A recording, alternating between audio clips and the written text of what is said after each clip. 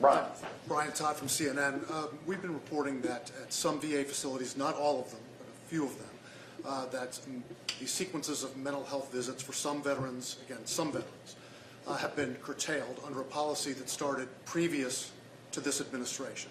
It's a policy that's been more strictly enforced recently. Can you tell us the rationale for that? Yeah, Brian. Well, one, I wish you would actually have asked the question when you did, because our folks actually asked you where this was happening. You chose not to participate. You chose not to give us the examples where you have that we were having these issues. So, Brian, really what it told me was you wanted to write a hit piece. And you also had in your actual article itself a quote from someone who worked with the VA and also worked with it, and they said this is a natural occurrence, nothing new has happened. Also, the draconian cuts under my administration. Here's the issue. We've changed nothing. And if somebody needs a mental health appointment, they're going to get their mental health appointment.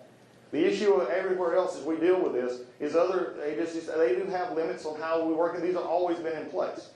Nobody is missing anything. Nothing has been taken away from them.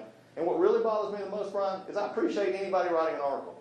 But be honest in it. If you wanted us to respond to a different issue, if you wanted to respond to, say, a Washington Vampsy here and a psychiatrist or somebody who says they're not able to give their mental health appointments, then let us know where that is so then I can see if they've misinterpreted the statute. You chose not to give our folks any example of where these were happening. That tells me you didn't want a story, you wanted a hit piece.